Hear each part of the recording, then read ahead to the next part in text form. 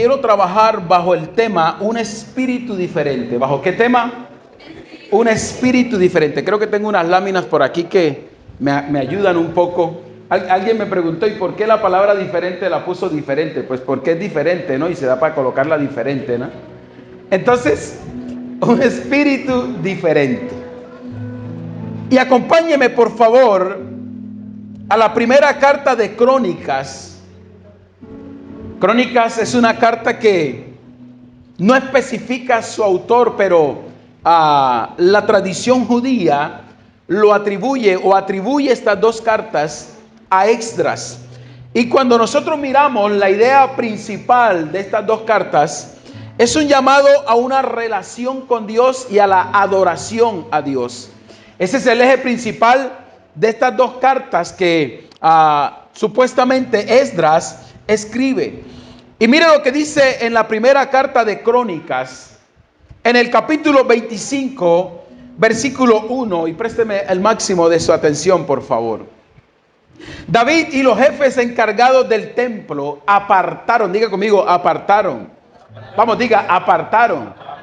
¿A quiénes apartaron? Dice a Asaf, a Enán y a Jedutún, junto con todos sus hijos, para que se encargaran de la música de los cultos. Estos músicos comunicaban un mensaje de Dios por medio de su canto, o acompañado por instrumentos musicales, y estaban bajo las órdenes directas del rey David. Asaf, Enán y Jedutún dirigían a sus hijos cuando hablaban a Dios en el templo, acompañados de arpa, platillo y otros instrumentos musicales. Permítame resaltar una palabra que está en el primer capítulo de lo que acabamos de leer, y es cuando dice David y los jefes encargados del templo apartaron. Y quiero resaltar esta palabra porque al igual que lo que David como rey está haciendo con aquellos siervos, eso fue lo que un día Dios hizo con usted y conmigo. Fuimos apartados por Dios. Dígame amén a eso, por favor. Esto es algo que a usted y a mí nos debe hacer sentir con mucho privilegio. El hecho de que Dios a usted y a mí nos haya escogido, nos haya apartado, nos haya separado de entre el montón. Pero esta palabra apartado que aparece aquí en esta escritura se desprende de una raíz griega que traduce badal y expresa la idea de exclusivo. Este apartado expresa la idea de que algo es especial, pero también expresa la idea de que es algo raro. Y cuando se aparta, se hace con un propósito específico. Por ejemplo, cuando nosotros vamos al libro de Éxodos, podemos ver en este libro cómo Dios, de en medio de una nación, aparta a un pueblo para hacerlo de él su pueblo especial, para entregar favores especiales, para tener con ellos tratos especiales. Pero también lo aparta para hacerlo libre de la esclavitud. Pero también vemos en el libro de Éxodos que Dios los aparta para tener o para establecer con ellos un pacto eterno. También cuando vamos al libro de Hechos de los Apóstoles, este libro nos muestra cómo también Dios apartó al apóstol Pablo. Y fue apartado por el mismo Dios para transmitir un mensaje, el mensaje del evangelio a los gentiles. Y Pablo es apartado para cumplir con el propósito por el cual Dios un día lo había apartado. De hecho, es lo que sucede con la iglesia de este tiempo. Usted y yo como iglesia hemos sido apartados por Dios para cumplir con el propósito de Dios por el cual Él estableció la iglesia en la tierra. Así que esto debe ser un sinónimo de alegría, de gozo, de regocijo, el hecho de que Dios nos haya apartado a nosotros.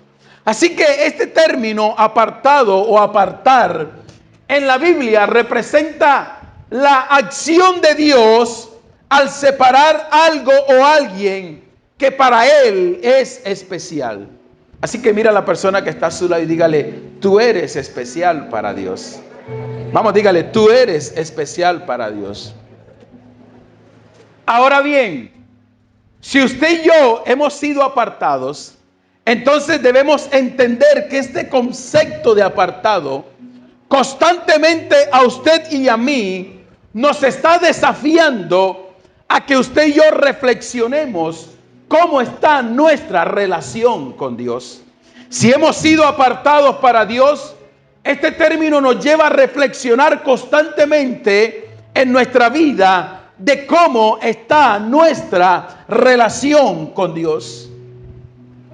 En Efesios capítulo 1, versículo 4, dice Dios, según nos escogió en Él antes de la fundación del mundo. ¿Qué hizo? Diga, nos escogió, nos apartó, nos separó, nos seleccionó. Y dice, según nos escogió en Él. ¿En quién Él? Diga conmigo, en Cristo. Vamos, diga, en Cristo.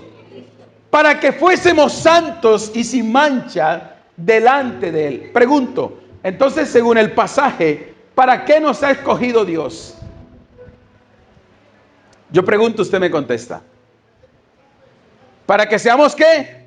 Santos. Para que vivamos una vida en santidad, una vida sin mancha delante de Él. Entonces, al analizar esto, yo tendría que preguntarme, ¿qué implica entonces ser apartado? Significa entonces que tú y yo, al ser apartados por Dios, debemos pensar de una manera diferente. Debemos actuar de una manera diferente. Significa entonces que su vida y mi vida es vivir una vida en santidad para Dios. Significa entonces que debemos ser diferentes al mundo, a lo que el mundo hace, a cómo el mundo se expresa, a lo que el mundo enseña. Los que hemos sido apartados por Dios, debemos basar nuestros principios en la palabra y en los estatutos de Dios para nuestras vidas. Así que ser apartados para Dios significa ser hijos de Dios. ¿Cuántos hijos de Dios hay en esta tarde? Así que como hijos se nos demanda obediencia a nuestro Padre. ¿Amén o no amén? ¿Qué se nos demanda? Obediencia a nuestro Padre. ¿Qué sucedió entonces con Hafsad, Enán y Jedutún? El pasaje nos revela y nos muestra que ellos eran líderes en el templo. Y ellos fueron apartados por David. ¿Pero por qué fueron apartados? ¿Qué había en ellos que no había en los demás? ¿Qué los hacía distinto a los demás? Entonces cuando yo entro a investigar la vida de estos hombres, encuentro que ellos buscaban a Dios. Ellos recibían la dirección de Dios. Ellos profundizaban en la Torá, en la palabra de Dios. Ellos eran hombres esforzados, eran hombres valientes. Ellos obedecían a la voz de Dios. Por estas razones fue que David apartó a estos hombres. Por este pequeño detalle. Eso los hacía diferentes de los demás.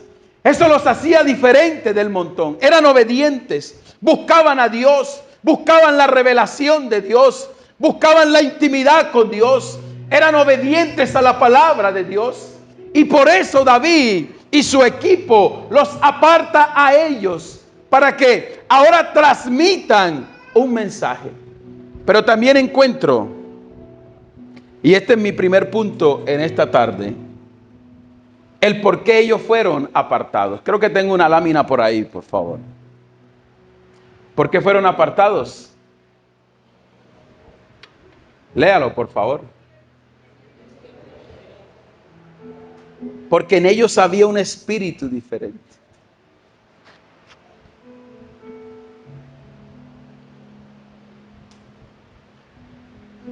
Escuche esto. Cuando el pueblo de Israel está en el desierto, y présteme mucha atención, por favor. Dios le dice a Moisés que mande a hombres para que reconozcan la tierra prometida. Y dice la Biblia que Moisés toma un príncipe de cada tribu y lo manda a explorar la tierra prometida. Ellos entran a la tierra y de allá traen evidencia del fruto de aquella tierra que, como Dios les había prometido, era una tierra que fluía leche y miel. Y dicen algunos escritores, teólogos, que las uvas de aquella tierra eran del tamaño de una naranja. Así que estos que fueron a explorar la tierra llegan con evidencia delante del pueblo. Mostraron las evidencias de que en realidad Dios no se había equivocado al decir que era una tierra fructífera, la tierra que ellos iban a poseer. Pero hubo un detalle con algunos de ellos. El lenguaje no fue el mejor lenguaje, no fue la mejor información que trajeron. Por ejemplo, ellos empezaron a decir cosas como: el pueblo que habita en aquella tierra es fuerte, sus ciudades son grandes y fortificadas. Ellos empezaron a decir: ellos son más fuertes que nosotros. En pocas palabras, empezaron a hablar mal de la tierra que habían reconocido. Ellos decían cosas como: la tierra, esa tierra traga a sus moradores. Todo el pueblo son hombres de grandes estaturas. Ellos dijeron: también vimos allí gigantes. Y éramos nosotros, dice el pueblo, el reporte que está entregando. A nuestro parecer, éramos como langostas. Así les parecíamos a ellos. ¿Cómo están hablando de la tierra? Diga conmigo: negativamente. Ellos traen evidencia de que en realidad Dios no se había equivocado. Pero empiezan a hablar de una manera despectiva de aquella tierra. Pero en todo ese grupo que fueron a explorar la tierra prometida, habían dos hombres diferentes. ¿Quiénes fueron? Caleb y Josué. Y mire, en el libro de Números, capítulo 13, versículo 30, y usted necesita leer esto. Mire lo que dice la escritura. Entonces Caleb, Números capítulo 13, versículo 30.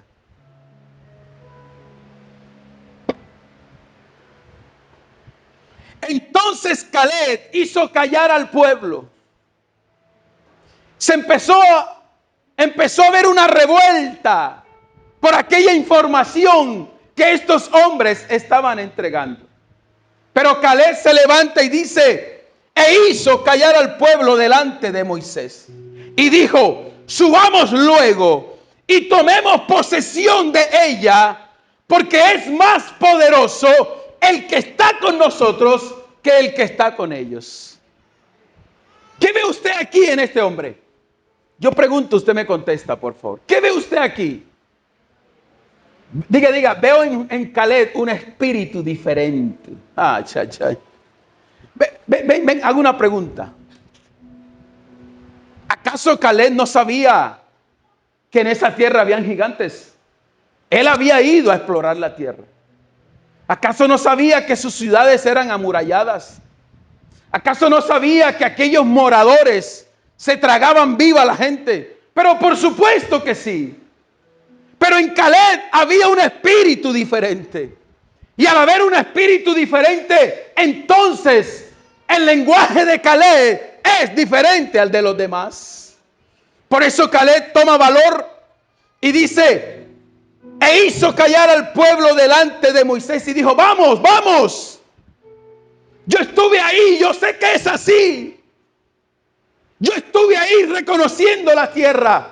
Pero mi gente, quiero decirle que es más poderoso el que está con nosotros que el que está con ellos. Entonces puedo ver en Caleb un espíritu diferente.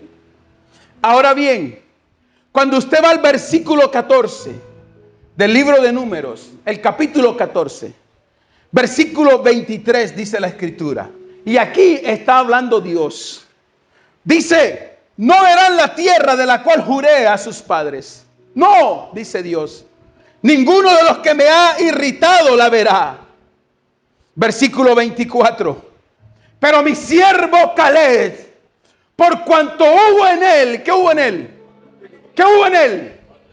¿Qué hubo, por favor? Un espíritu diferente. Y decidió ir en pos de mí. Yo le meteré en la tierra donde entró y su descendencia la tendrá en posesión. Aleluya. Escúcheme. En Caleb, por haber un espíritu diferente, marcó el destino de su generación. Marcó el destino de toda una generación. Pero en Caleb había un espíritu diferente. Así que lo que yo veo aquí es Dios alabando a Caleb. Todo Israel iba en la misma dirección. Pero había alguien que iba en una dirección diferente.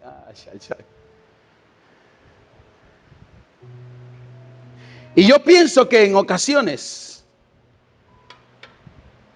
usted y yo tenemos que ser como el salmón. ¿Usted sabía que el salmón nada en corriente contraria? Todos nadan en la dirección que va la corriente. Pero el salmón siempre va en la dirección contraria. Caleb está demostrando que en él había un espíritu diferente. Permaneció fiel a Dios. Lo que indica entonces que al haber un espíritu diferente, mi pensamiento tiene que ser diferente. Mis actitudes tienen que ser diferentes. Mi lenguaje tiene que ser diferente. Eso fue lo que David vio en Asaf, Enán y Jedutún. Por esta razón, ellos fueron apartados para comunicar el mensaje de Dios a través del cántico. Entonces pregunto, ¿qué hacemos cuando cantamos a Dios? Diga conmigo, estoy comunicando un mensaje. Pregunto, ¿qué hacemos cuando cantamos a Dios? Estamos comunicando un mensaje. Lo que indica entonces que usted y yo nos convertimos en los mensajeros de Dios. Ellos, Asaf, Enán y Jedutún, ellos entendieron que la música era un lenguaje espiritual. Aló a eso. ¿Me está escuchando? ¿Qué es la música? Un lenguaje espiritual. Por esta razón, en este lenguaje espiritual, mientras usted canta, Dios hace un milagro. Mientras usted canta, las cadenas son rotas. Mientras usted canta, el enfermo es sanado. Mientras usted canta, el cautivo es libre. ¿Por qué? Porque cuando tú y yo cantamos, estamos transmitiendo un mensaje espiritual. ¿Usted entiende eso? Entonces, ¿por qué llega tarde a culto?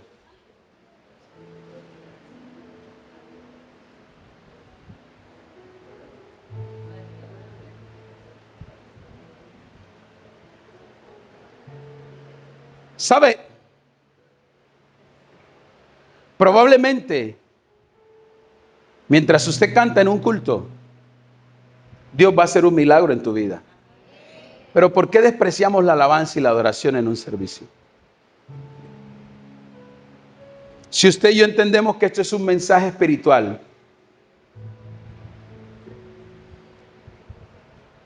¿por qué tenemos esa bendita costumbre de estar llegando tarde a los cultos?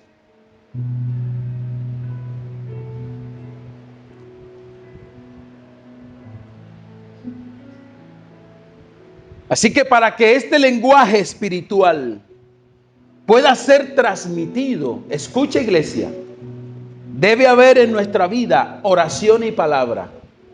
¿Qué debe haber? ¿Qué debe haber? Oración y palabra. Escúcheme, Sin oración y sin palabra los ministerios no van a prosperar. Sin oración y sin palabra un ministerio se seca. Sin oración y sin palabra un matrimonio se muere. Sin oración y sin palabra el gozo y la alegría se van. ¿Quieres fruto en tu matrimonio? Ora. ¿Quieres fruto en tu ministerio? Ora. ¿Quieres fruto en lo que haces? Ora. ¿Quieres fruto en tu grupo bíblico? Ora. ¿Quieres fruto con tus hijos? Ora. Así que cuando nosotros vamos a la Biblia, Dios nos dice de un profeta llamado Elías, que cuando este hombre oraba, dice que la mano de Dios detenía los cielos. Yo me pregunto, ¿será que acaso nos hace falta orar como oraba Elías? Pero por supuesto que sí. Por supuesto que sí.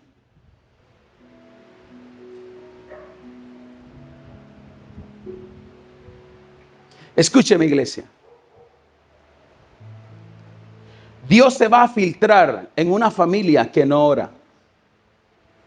Perdón, el enemigo Satanás se va a filtrar en una familia que no ora. El enemigo se va a filtrar en un ministerio que no ora. El enemigo se va a filtrar en una vida que no ora. En una vida seca de oración. Ahí el enemigo se va a filtrar. El enemigo se va a meter en la vida de unos hijos que no oran. El enemigo va a hacer daño en la vida de líderes que no oran, de pastores que no oran. Sin oración, todo lo que usted y yo hagamos, sin palabra, todo lo que usted y yo hagamos para Dios, será como un címbalo que retiñe. Aló. Así que si no hay oración y palabra en nuestras vidas, tu cántico será un cántico como un címbalo que retiñe. Tu servicio, lo que haces, será como un címbalo que retiñe. ¿Cuántas veces no hemos leído esto? Y cuando lo estaba anexando a este mensaje, quise tener la experiencia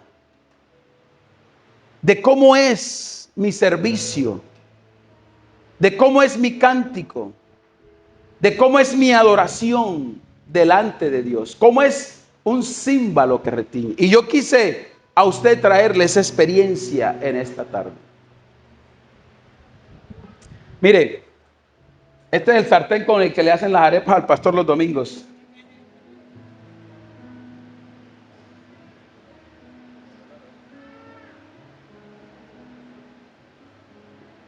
¿Y quiere usted saber cómo son sus oraciones delante de Dios si no hay palabra? ¿Quiere usted saber cómo es sus actitudes en su matrimonio, en su vida, en su ministerio si no hay palabra y no hay oración? Es como esto, vea.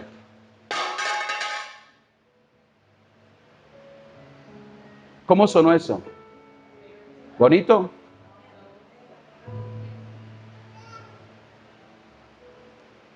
Así es cuando usted y yo cantamos a veces para Dios. Así es cuando usted y yo predicamos a veces para Dios. Así es cuando usted y yo servimos a veces para Dios. Así es cuando usted y yo hacemos algo a favor de la obra para Dios si no hay oración y no hay palabra. Dios dice, uff.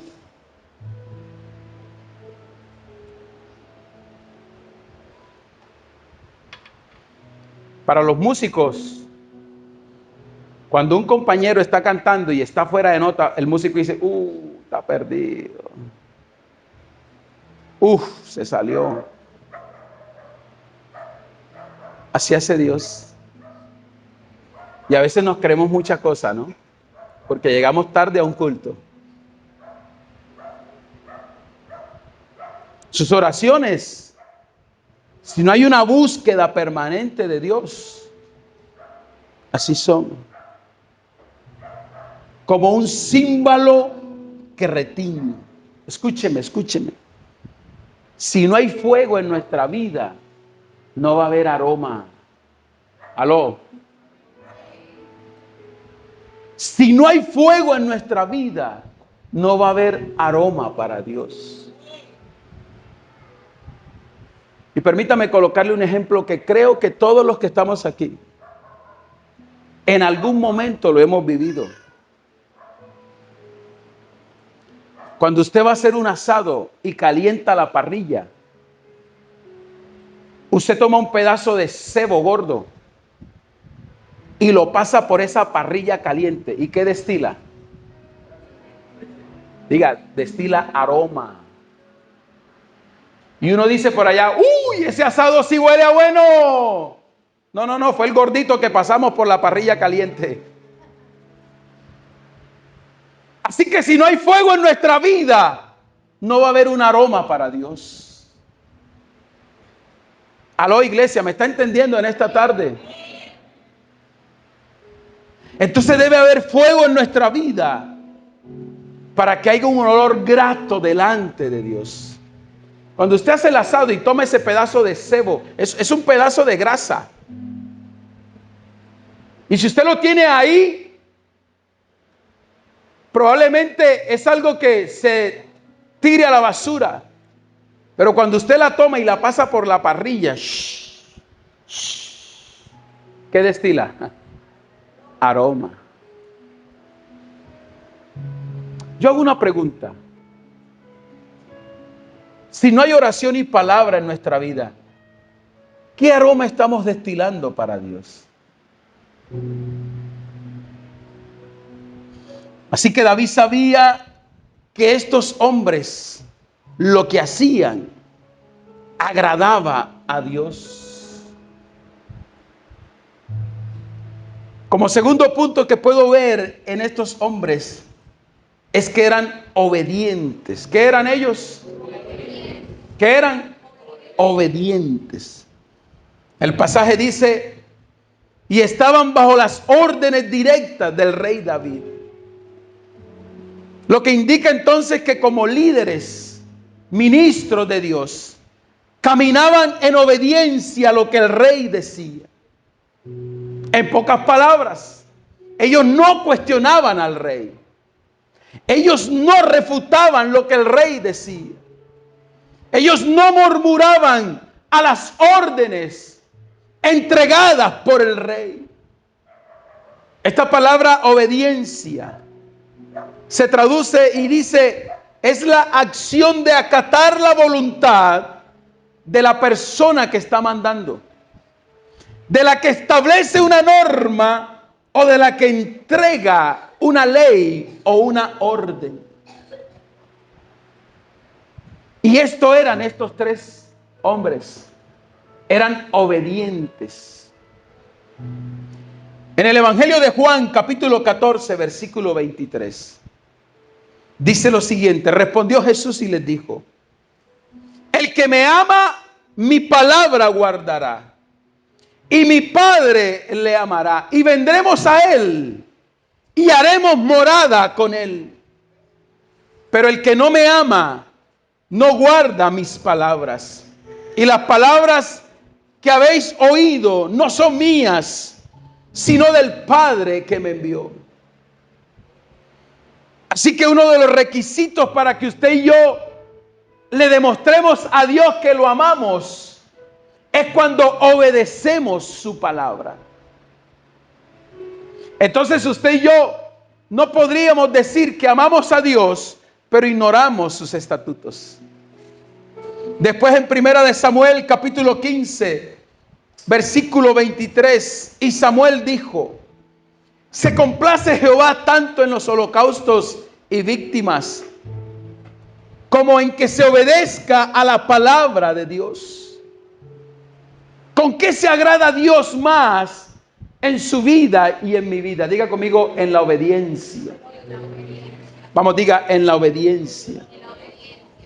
Así que ser un hijo de Dios, ser un discípulo de Dios, ser un servidor de Dios va más allá de simplemente seguirlo. Se trata de caminar en obediencia, haciendo lo que la palabra de Dios nos ha llamado a hacer.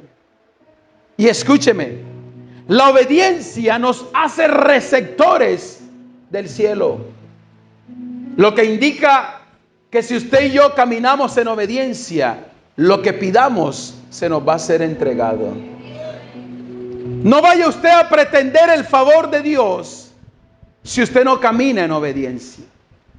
No pretendamos el favor de Dios si ignoramos los principios de la palabra de Dios.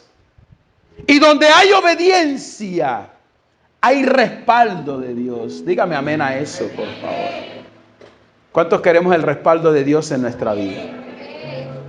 Mira a la persona que está sola y dígale, sea obediente.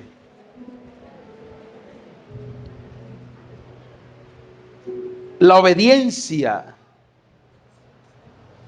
produce respaldo de Dios. La Biblia dice que Jesús fue obediente hasta la muerte y muerte de cruz. A Abraham Dios le quita su gozo, su alegría, su risa, su esperanza. Pero la Biblia registra de Abraham que fue un hombre obediente. José fue un hombre criticado, odiado. Pero a José no le importó si estaba en el foso allá, o estaba en la cárcel, o había sido calumniado por violación. No le importó nada de esto. Pero la Biblia registra que José fue un hombre obediente. Moisés, cuando fue cambiado a otra posición, dice la Biblia que Moisés fue un hombre obediente. La Biblia habla de una mujer llamada Débora. Débora fue una jueza, una profetisa, una líder en la iglesia. Y se registra de Débora que Débora era una mujer obediente. David, cantor, músico, salmista, dice que fue obediente a Dios. La Biblia habla de una mujer llamada Ruth. Y se conoce de Ruth como una mujer leal, líder, dedicada a la obra del Señor. Y se dice de ella que fue una mujer obediente. Ana, una mujer adoradora, fue obediente a Dios. Priscila, una líder en su iglesia, dice que fue obediente a Dios. Y escúcheme, todos ellos, absolutamente todos, vieron a Dios y vieron su gloria en sus vidas, en sus ministerios, en sus dones, en sus talentos. Todos ellos fueron promovidos por Dios, sencillamente porque ellos fueron obedientes a la voz del Espíritu Santo y porque en ellos había un espíritu diferente.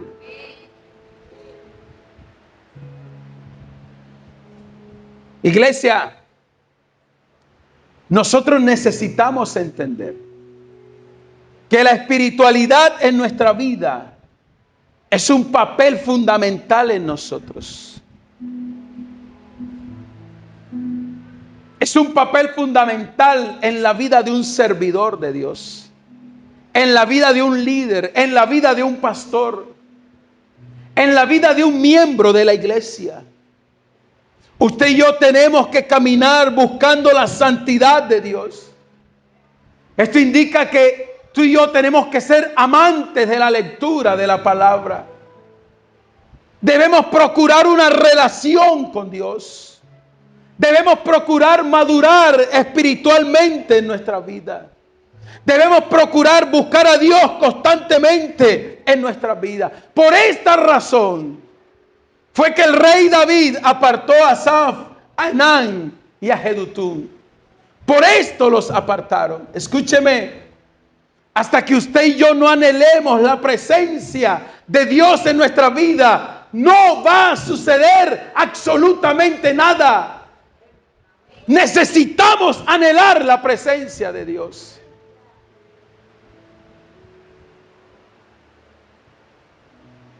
Y a veces nuestros cultos se convierten en algo tan monótono. Venimos a la iglesia, cantamos 3 coritos, predicamos, levante las manos, un grito de júbilo, salude a su hermano, vamos a ministrar diezmos y las ofrendas, vamos a ser despedidos. ¿Y qué pasó? ¿Qué pasó en nuestra vida?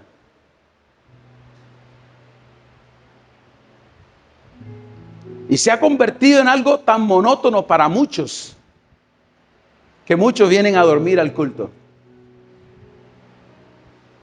Mientras no anhelemos la presencia de Dios, no va a suceder nada en nuestros cultos.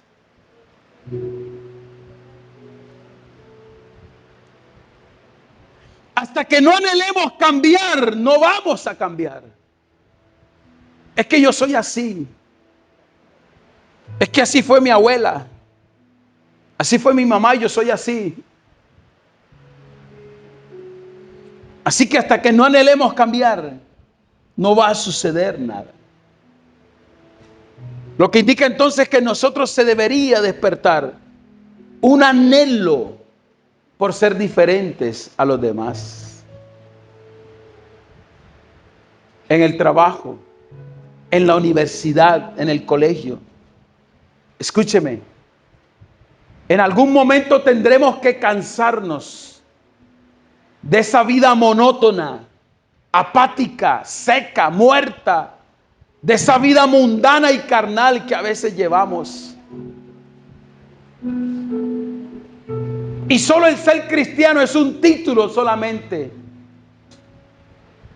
Pero tú y yo tenemos que cansarnos de esta vida. No podemos pretender seguir en lo mismo, hermano. Escúcheme. Usted sabe que Cristo está a las puertas. Usted sabe que Cristo está a las puertas.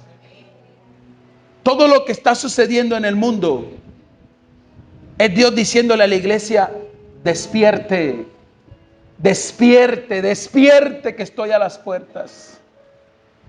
Pero ¿cómo está la iglesia del Señor en este tiempo? Anhelando más lo de afuera que lo de adentro. Buscando más el favor de afuera que el favor de Dios. Así que tú y yo tendremos que cansarnos de permitir que el enemigo juegue con nuestras emociones. Hoy sí quiero, mañana no. Hoy sí tengo ánimo, mañana no. Como si este llamado que Dios un día nos hizo dependiera de nuestro ánimo. Mire, ¿sabe usted por qué mucha gente hoy no vino a culto? Porque como a las 3:30 de la tarde empezó a relampaguear el cielo. Y de pronto se tornó oscuro. Y usted no se imagina lo que uno de pastor sufre cuando el cielo se pone oscuro el día de un culto.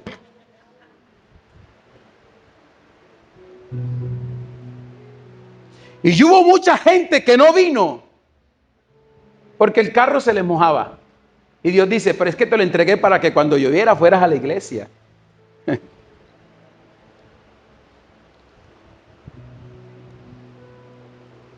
El gran apóstol Pablo, escribiendo su primera carta a los Corintios, en el capítulo 9, versículo 17, dice: por lo cual, si lo hago de buena gana, de buena voluntad, recompensa tendré. Pero si lo hago porque se me ha sido impuesto. ¿Cómo traduce usted esa palabra impuesto? ¿Cómo? Obligado. Entonces cambiemos la palabra impuesto por obligado. ¿Listo? Y leámoslo de nuevo. Por lo cual, si lo hago de buena voluntad, recompensa tendré. Pero si lo hago porque me obligan, lo mismo. Es una tarea que me ha sido encomendada. Ay, ay, ay. Así que Pablo en este versículo está hablando sobre su trabajo, su compromiso como apóstol, y haciendo entender que él no está buscando un beneficio propio, una recompensa propia. Pablo, dice la Biblia, que trabajaba con ánimo y con gozo. ¿Cómo lo hacía?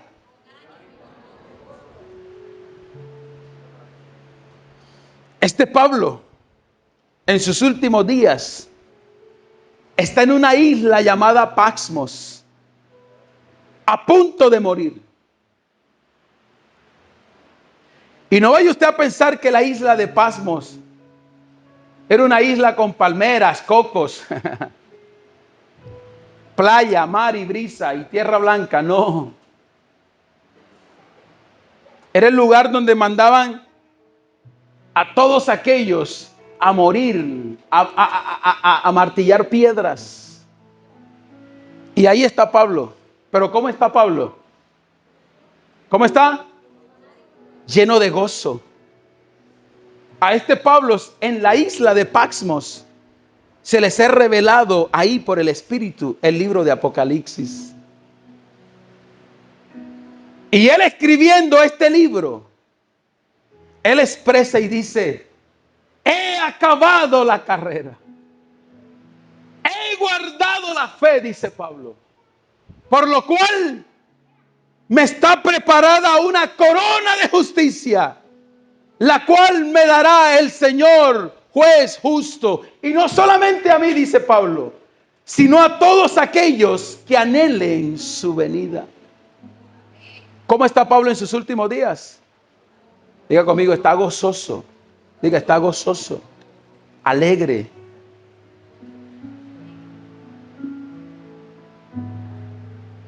¿Será que nos falta tener el espíritu que tenía este hombre? Pero por supuesto que sí, hermano. Usted y yo somos de los que anhelamos que Dios nos bendiga. ¿Cuántos quieren la bendición de Dios? Pero es que la bendición de Dios no va a venir así por arte de magia, ¿sabe? Dios necesita gente con un espíritu diferente y gente que camine en obediencia. Así que nosotros como iglesia, en lo que hacemos, tú y yo en lo que hacemos, tendremos que buscar la aprobación de Dios y no la aprobación de los hombres. Y esto es algo, o esto es un concepto que hay que cambiar en la vida de la iglesia. Porque escúcheme, hay gente en la iglesia que dice: voy a culto para que el pastor el lunes no me esté llamando. O sea que usted no viene por buscar a Dios.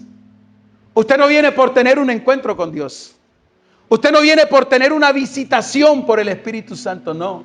Usted viene para que el pastor lo vea. Y si usted viene por agradar al hombre, la Biblia dice: ya usted recibió su recompensa.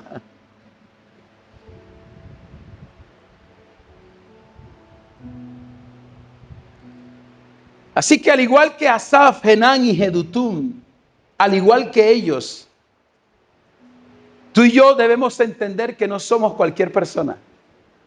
Tú y yo debemos entender que somos armas de guerra en las manos de Dios. Tú y yo debemos entender que somos armas de destrucción para las tinieblas. Cuando tú y yo nos paramos en esta posición, entonces tú y yo nos dejamos de hacer la víctima y nos convertimos en el cazador. Ay, ay, ay, ay, ay, ay, ay. Mire el que está a su lado, mírelo, mírelo, mírelo. Solo mírelo. Mire esa arma de guerra de parte de Dios que usted tiene sentada a su lado. Y algunas mujeres están diciendo: en la casa me la paga. Ahorita que lleguemos me las paga. No, no, usted es un arma de guerra para Dios, no para su esposo.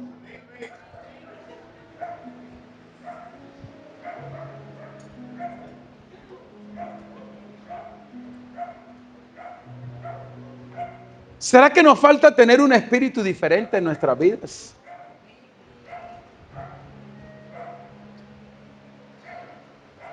Pero por supuesto que sí.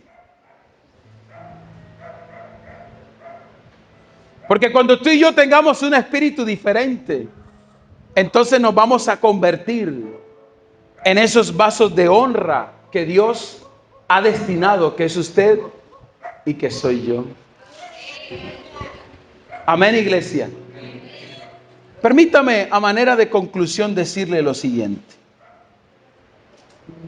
Cuando vemos la vida de Jesús, de Abraham, de José, de Moisés, de Débora, de David, de Ruth, de Ana, de Priscila,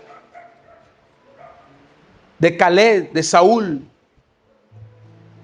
todos ellos fueron usados por Dios.